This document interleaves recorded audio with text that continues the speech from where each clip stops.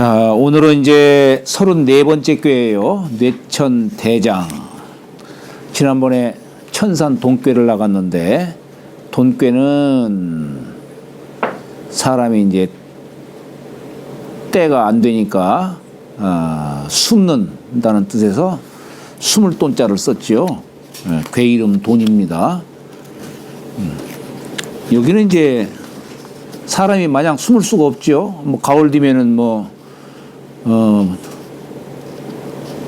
벌레들도 다 땅속으로 들어가 숨기도 하지만 봄이 되면 또 나와야 되는 것이죠. 그러니까 사람이 마냥 숨을 수만은 없는 것이고, 또 이제 때가 되면은 또 세상에 나가는 겁니다. 그래서 돈꾀 다음에 대장꾀를 둔 거예요.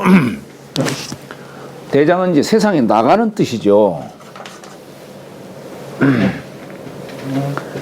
여기는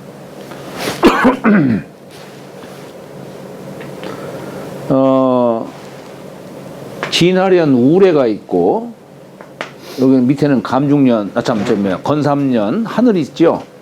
하늘 위에 이제 우레가 횡행하는 모습이죠. 우리가 우레가 땅 속에 있을 때는 가만히 소리도 안 나고 가만히 있다가 이제 우레가 때가 되니까 하늘 위로 분출하는 거예요. 우리 이 우레도 12벽궤로 보면은 중지곤괴, 다 음효가 된 중지곤괴를 치면 그게 몇 월달 꾀냐면 10월달 꾀예요. 이게 10월달 꾀인데, 10월달 중지곤괴 10월달 꾀에다가 하나가 딱 동하면 이제 지뢰 복괴, 동짓달 꾀가 지뢰 복귀죠.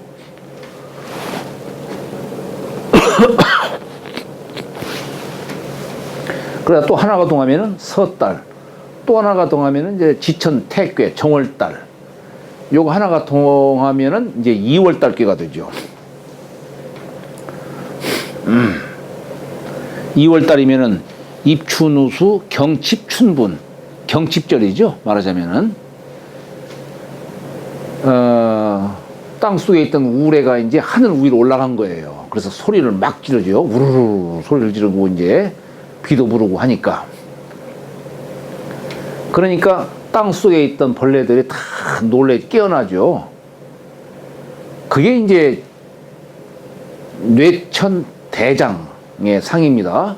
우레가 소리를 지르면서 하늘을 막 횡행하고 있는 것이죠. 그래서 큰 대자에다가 씩씩할 장자를 쓴 거예요.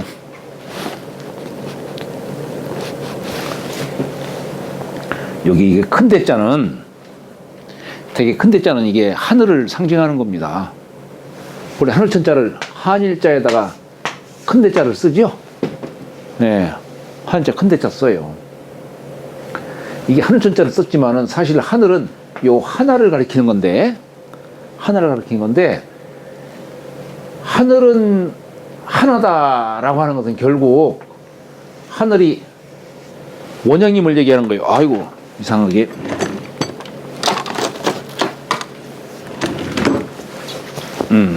자꾸 재채기가 나려고 하네, 그냥.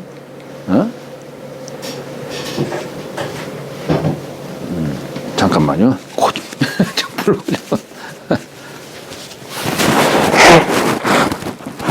아이고.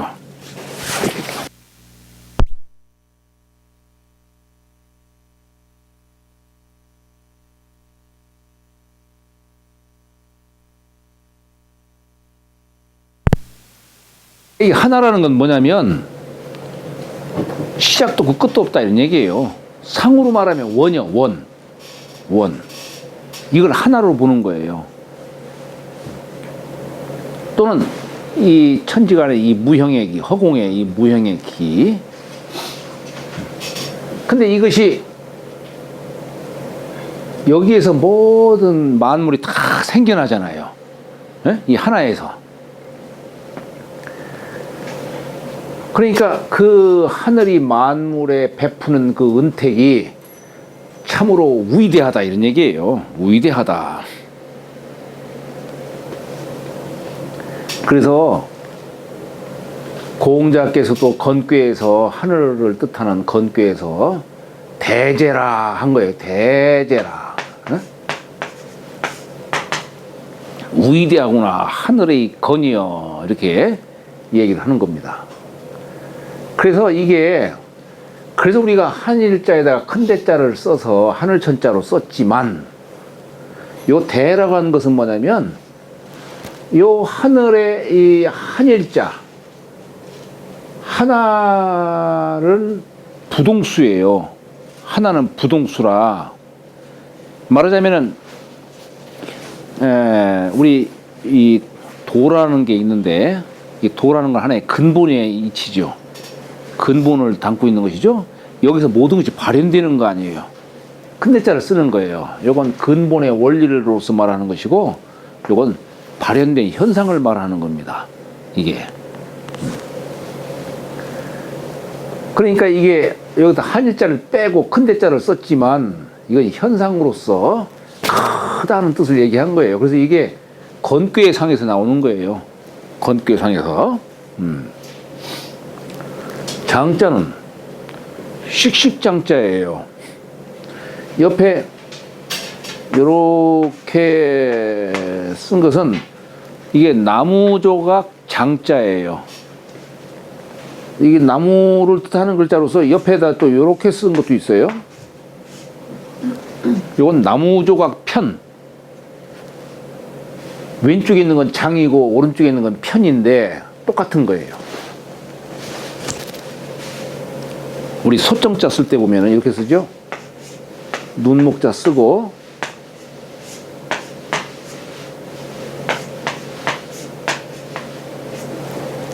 이렇게 쓰죠. 소정자. 요 좌우에 있는 게 요거예요. 네? 요걸 이렇게 요런 식으로 쓴 거예요.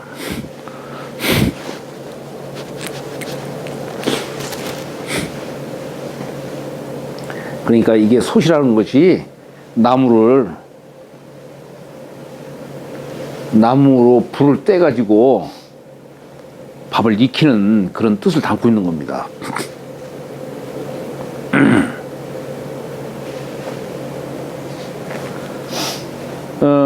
그런데 여기 보통 이 장자를 왜 씩씩장자를 썼느냐. 나무조각 장자에다가 선비사자를 쓴 건데, 우리가 한자에서 말하는 이런 것은 뭘 뜻하냐면, 말하자면은 선비가 이 나무로서 이용할 수 있는 게 뭐겠어요? 우선 침상도 될 수 있고, 그죠? 이건 침상을 뜻할 수도 있어요. 또 책을 대할 때에는 책상이 될 수도 있는 것이고, 제사 지낼 적에는 제상도 될 수 있는 거예요. 응?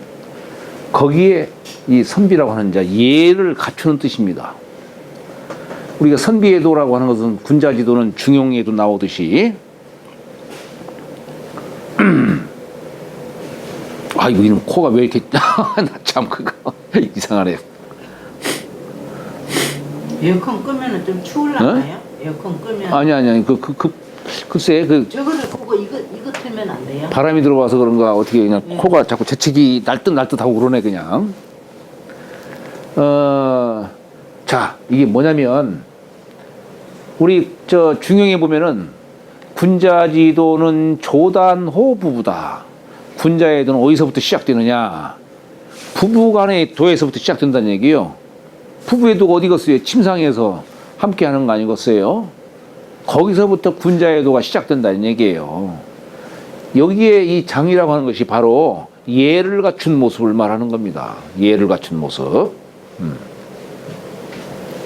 예 갖춘 모습을 씩씩하다 이렇게 표현하는 거예요. 소인은 힘으로 씩씩함을 표하겠지만은 군자는 예로서 씩씩함을 표하는 겁니다. 그래서 이 장자는 뭐냐면 진꾀상에서 얘기하는 거예요. 군자가 세상에 나갈 때 예를 갖추고 나가야 되는 것이죠. 그래서 지금 하늘 위에 우레가 횡행하는 뜻으로 대장이라고 크게 씩씩하다. 형상으로서는 막 소리를 내고 거침없이 소리를 내는 그 모습.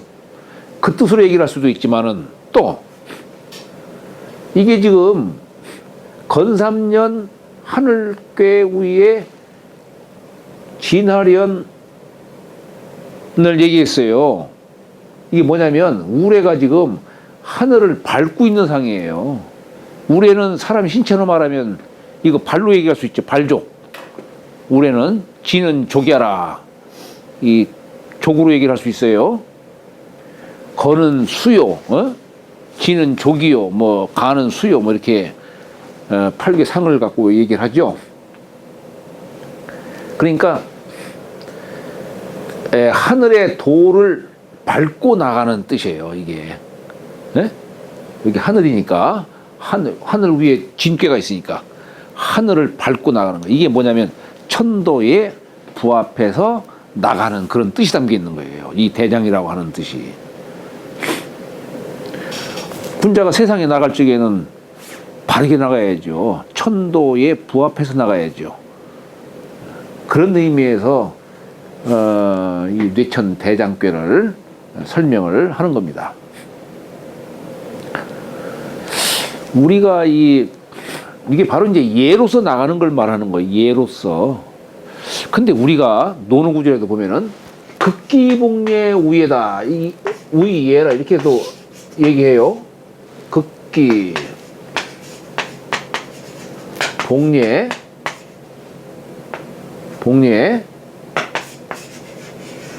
우이 인이다. 이거 어떻게 해석을 해야 되나 이걸?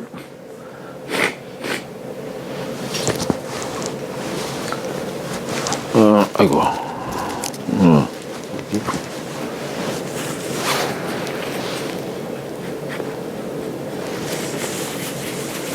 이게 뭡니까? 극기복례가? 극기라는 게 뭐예요? 나 자신을 다스리는 거죠. 이 이길 극자를 썼지만은 나를 이긴다는 얘기가 뭘까? 나를 다스린다는 뜻이에요. 그래서 이 극자를 갖다가 다스릴 치자로도 이렇게 쓰기도 합니다. 네? 나 자신을 다스려서 예를 회복한다. 이렇게 얘기했어요. 근데 그게 인이라고 했어요. 아, 이게 도대체 무슨 얘기일까? 아니, 나를 다스려서 그게 나를 다스리는 것이 예인가? 그죠? 나를 다스려서 예를 회복한다라고 했으니까. 그죠? 그리고 그 예를 회복한다라고 하는 것이 어떻게 인이 되냐는 얘기예요. 이게 참 생각할 부분이 많아요.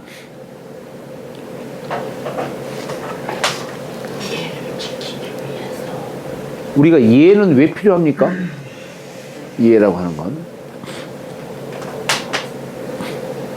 그냥 나 혼자 있으면은 예가 필요 없어요. 그렇잖아요. 상대가 있어야 예가 필요한 것이지. 그러니까 이게 뭐냐면 군자가 세상에 나가려면은 세상 사람들 대하려면은 소통을 해야 될 거 아니에요. 소통하기 위해서 예를 행하는 거예요. 그러니까 예가 갖는 의미는 소통하기 위한 방편이에요. 예라는 것은 물론 예의 본질을 말할 적에는 많이 쓰이는 겁니다. 선비들이 제가 몇 번 얘기했을 거예요. 천지생물지심. 천지생물지심을 예라고 얘기를 해요. 참. 이 천지생물지심은 인이죠, 인이에요. 요 예라는 글자는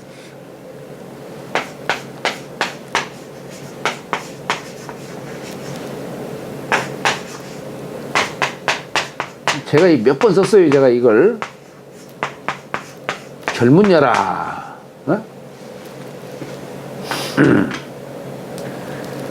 우리가 보통 예법이다 해서 뭐 이런 때는 이렇게 하고 저런 때는 저렇게 하라 뭐 이런 얘기를 하죠. 그게 예인데 예는 결국 정의를 하자면 천리다 이거예요. 천도에 부합해서 써놓은 게 예법이에요. 근데 천리인데 예라는 것은 지나친 자는 절제시키고 부족한 자는 꾸며서 그래서 중으로 가게 하는 것이 예다 이런 얘기예요. 중용지도로 가게 하는 것이 예다. 이렇게 함으로써 너와 나를 소통하게 하는 거예요. 너와 나를. 그래서 우리가 주역에도 보면은 건꾀, 건은 원코, 형코, 이코, 정하니라 라고 하는 하늘의 사덕을 놨을 적에 거기다가 공자가 인예의 붙인 거예요. 여기 예라고 하는 글자에다가 요 예라고 하는 글자를 형통할 형자에다가 쓴 거다는 얘기예요. 형통하다. 그러니까 이게 뭐냐면 예를 통해서 형통함을 얻는 거예요. 너와 나 소통을 한다는 얘기예요. 예라는 글자가. 근데 그렇게 하려면 어때요? 극기를 해야 돼. 내 고집대로 세상 나가면 세상이 나와 함께 하겠어요? 상대방도 잘 조화를 이루어야 되는 것이고, 내가 정도로서 중용지도로서 세상을 나가야 되는 것이지, 세상을 대해야 되는 것이지, 세상과 조화를 이루어야 되는 것이지. 그것을 공자는 이걸 극기라는 표현을 쓴 거예요. 나 자신을 잘 다스리는 것이 그게 예를 회복하는 것이다. 근데 그럼 여기다가 왜 인이라는 말을 썼을까? 인은 뭡니까? 사랑하는 마음을 내는 거예요. 인은. 그러면 결국 군자가 예를 행하려고 하는 건 뭐예요? 세상을 사랑하는 마음이 있으니까 세상 사람과 함께 하려고 하는 거예요. 그러니까 이 뜻을 잘 이걸 이해를 해야 돼요. 군자가 지금 세상에 나가고자 하는 거, 지금 양효가 땅 속에 있다가 지금 점차 내꾀를 벗어나서 지금 외꾀로 올라섰어요. 지금 외꾀로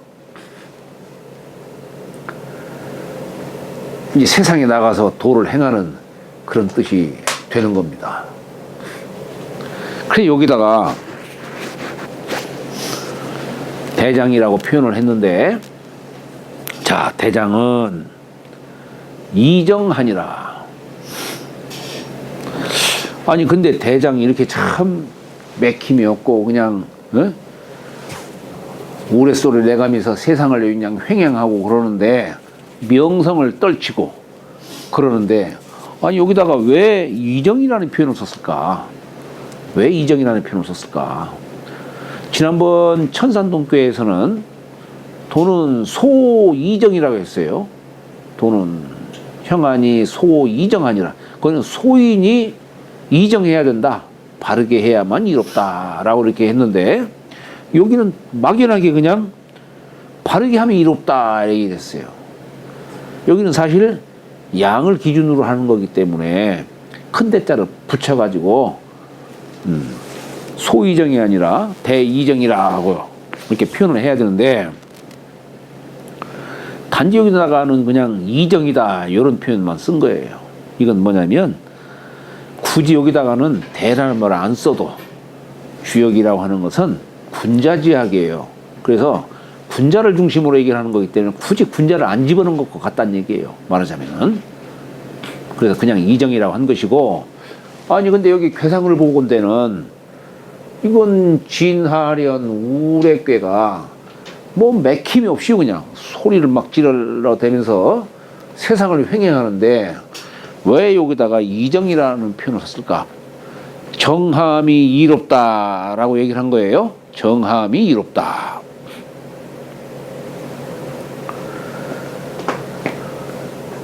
이 우레는, 자, 만약에 지뢰복괴다. 이거 뭐야, 이거. 땅 속에 우레가 있을 적에는 이 우레는 땅 속에 갇혀서 소리를 내지 않고 조용히 있지만, 사실 이때의 우레는 이 우레 기운을 그냥 그대로 간직한 상태예요. 이 우레는.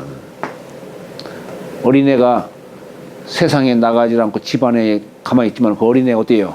정기가 아주 꽉 찬 애죠. 사람이 이제 나이가 먹고서 이제 세상에 나가서 이런 일 저런 일을 해요. 명성도 떨치고 세상에 이름을 내죠. 그렇지만 어떻습니까? 그때는 이미 명성은 떨칠지언정 정력은 소모되는 자리예요. 예, 지금 하늘 위에 우레가 막 소리를 내고 마치 사람이 세상에 나가서 명성을 떨치는 것처럼 이렇게 얘기하고 있지만 벌써 여기는 정기가 소모되는 자리입니다. 그래서 여기다가 이정이라는 거예요.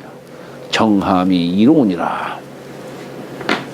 우리가 겨울이라고 하는 이 정이라고 하는 글자는 겨울철의 정자죠. 그죠? 겨울이 갖는 의미 매번 제가 강조를 합니다. 겨울은 마냥 춥기만 한 그런 때가 아니고 춥고 삭막한 그런 때가 아니고 원기를 회복하는 때다는 얘기. 원기를 회복하는 자리다. 마치 사람이 밤이 되면은 집에 들어와 가지고 푹 쉬는 거. 이게 그래야만 내일 활동할 수 있을 거 아니에요. 1년으로 말하면 초식 동물들이 다 이제 겨울이 되면 땅 속에 이제 숨어 있다가 동면하고 있다가 봄이 되면 다시 활동하는 것과 같은 것이죠. 그러니까 겨울이 갖는 의미는 원기를 회복하는 자리입니다. 여기는 지금 막 그 기를 쓰고 있는 자리니까 정함이 이롭다라고 이렇게 얘기를 한 거예요. 그래야만이 원기를 회복할 수가 있는 것이고 더 나아갈 수가 있는 거니까. 자, 단활. 대장은 대자장냐니 강이동고로 장하니 대장 이정은 대자정냐니 정대의 천지지정을 가견의리라. 단활 대장은 대자 큰 자. 여기서 말하는 이 대자라는 뜻이 갖는 의미가 말하자면 이제 대인과 소인의 어떤 그런 관점에서 말하자면 소인은 뭐예요? 소인과 대인의 구별은 뭘까? 소인은 나 자신만을 위하는 사람을 소인이라 하는 것이고 대인은 세상을 위할 줄 아는 사람이 그런 사람을 대인이라고 하는 것이죠. 여기 대장은 그야말로 대자가 씩씩한 것이다 이 얘기입니다. 여기 괴상을 보면은 내 꾀가 강하지요. 건꾀가 진꾀가 동이죠. 그래서 강이 동이다 얘기예요. 강함으로써 지금 움직여 나가는 거예요. 지금 진꾀가 이게 무슨 얘기냐면 진꾀가 건꾀의 바탕 위에서 지금 발동해 나가는 거예요. 분자가 세상에 나가는데 막 나가는 게 아니죠. 천리에 부합해서 지금 세상에 나가는 뜻입니다. 그게 강이동. 물론 명성으로서 우레가 소리를 막 거침없이 내지르죠. 그런 뜻에서 강이동이라고도 할 수가 있는 것이고 그래서 장이다 이렇게 얘기를 하는 겁니다. 그런데 한편으로는 요건 현상으로서 얘기한 거지만 그 옆줄에 있는 그 구절은 근데 대장 이정이라고 했어요. 왜 이정이라고 했을까? 대자 정냐니 대자는 대인이라고 하는 자는 바르게 해야 하는 것이니 정대의 천지지정을 가견의리라. 바르게 하고 크게 하되 이게 바로 천지의 정이다. 바르게 함으로써 크게 나간다는 거. 이게 우리가 예를 들면 이거 어떻게 해석을 할 수 있느냐. 내가 큰 재산을 얻으려면은 장사하는 사람이 내가 큰 재산을 얻으려고 하면 어떻게 해야 되느냐. 정직해야 된다 이런 얘기.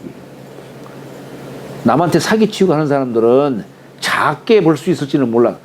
이 사기라는 표현은 너무 좀 지나친 얘기고 여하튼 뭐라고 해야 될까. 조금 그 남의 이목도 좀 속이고 뭐 그렇게 해가면서 거짓말도 좀 해가면서 이렇게 해서 장사하는 사람들은 조금 소득을 얻을 수 있을지는 몰라도 큰 이익은 못 낸다는 얘기예요. 큰 장사꾼은 정직하지 않으면 안 된다는 얘기입니다. 이게 정대가 갖는 의미예요. 정대. 우리 예라는 글자,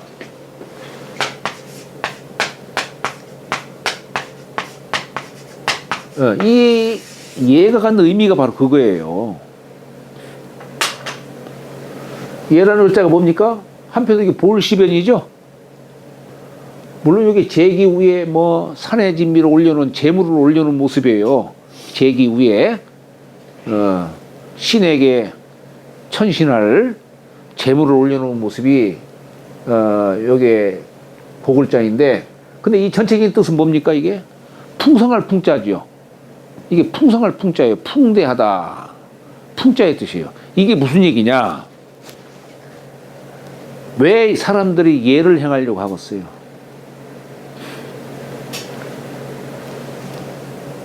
한 가정이 명문 거족이 되려면 예가 있어야 되는 거예요.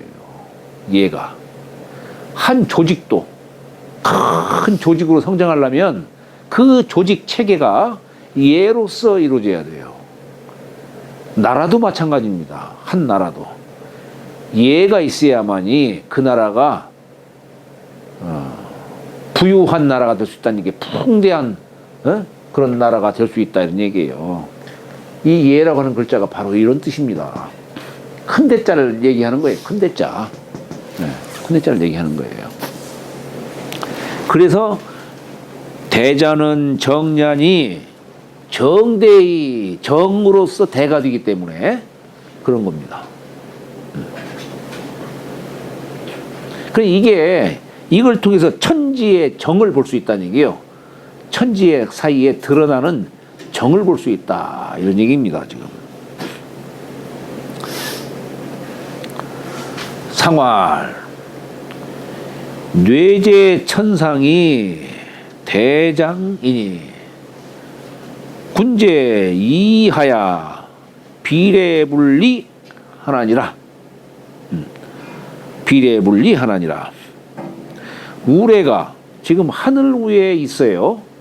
우레가 하늘 위에 있어요. 이것이 대장이다. 우레가 하늘 위에 있다는 얘기는 그냥 뭐 있다는 게 아니에요. 막 소리치면서 요란하게 돌아다니죠. 여기서는 지금 우레 갖고 얘기하고 있는 건데, 우리 이 우레가 갖는 의미가 뭐냐면, 우레를 우리 이 철학에서는 지금 상제로 보는 거예요.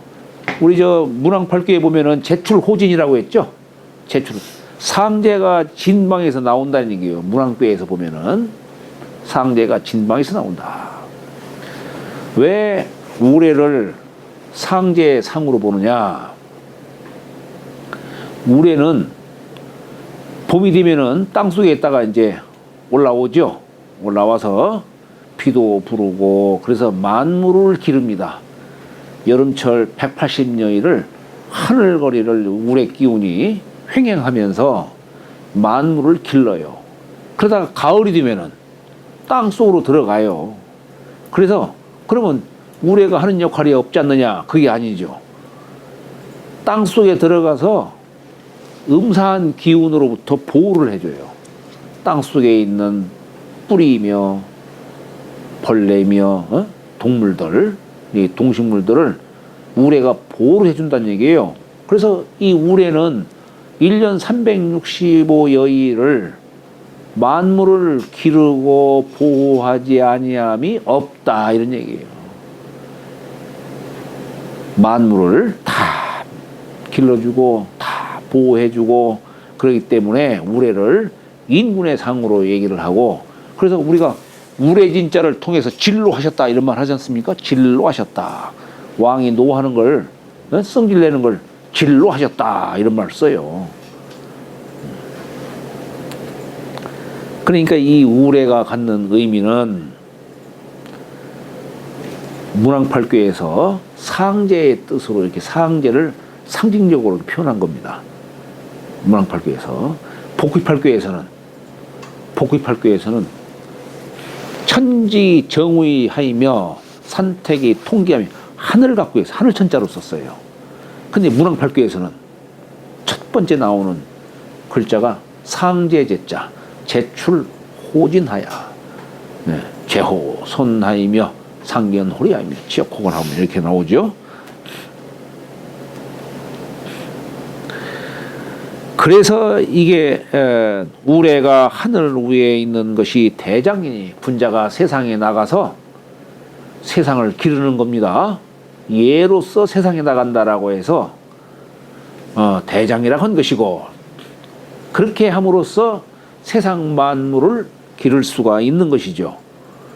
그래서 군제 이하야, 군자가 바로 뇌제천상의 이런 상을 보고 역도를 어떻게 쓰느냐, 비례분리하나니라. 비례분리하나니라. 얘가 아니면, 이 자는 밟을 자죠. 밟기를 거스릴 뿔자예요. 거부한다 이런 얘기야. 안 한다 이게. 얘가 아니면 밟지를 아니하느니라.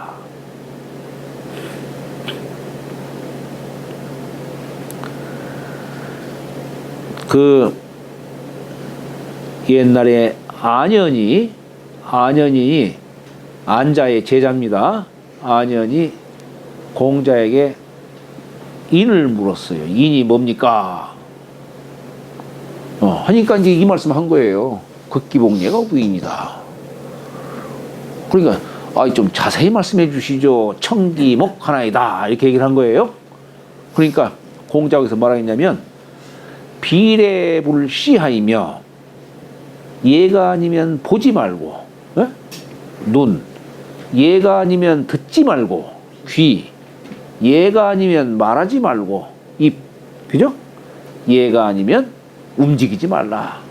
비례부동, 움직일 동자 썼어요. 바로 요걸 지금 얘기하는 거예요, 지금.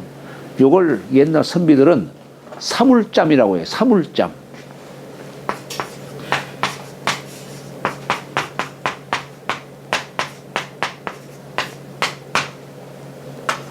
네?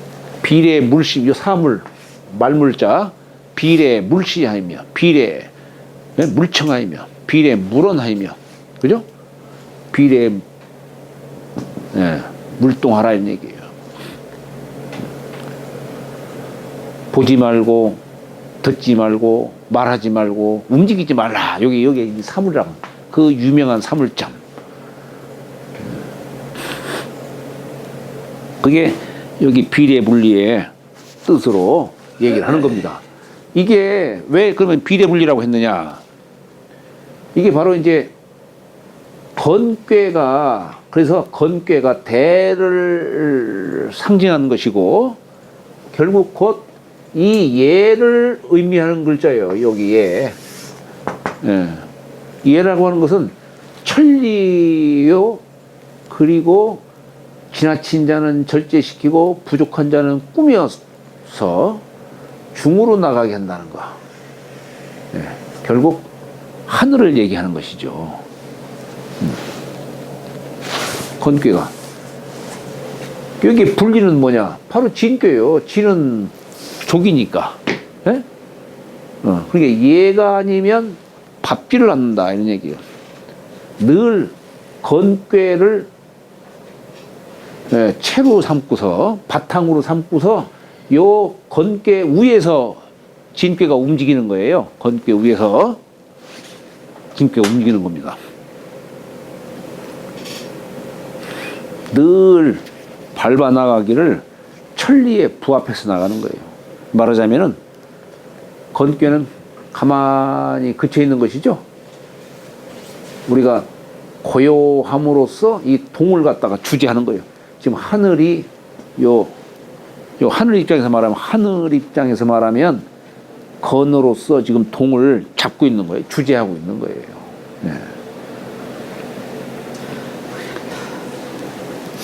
이 대장괴가 쉽지가 않죠. 그죠? 여하튼 모든 행동을 도에 근거해서 도를 바탕으로 일을 하라 이런 얘기입니다. 이게 대장괴가 바로 그런 뜻이에요. 잠시 쉬었다가 할까요?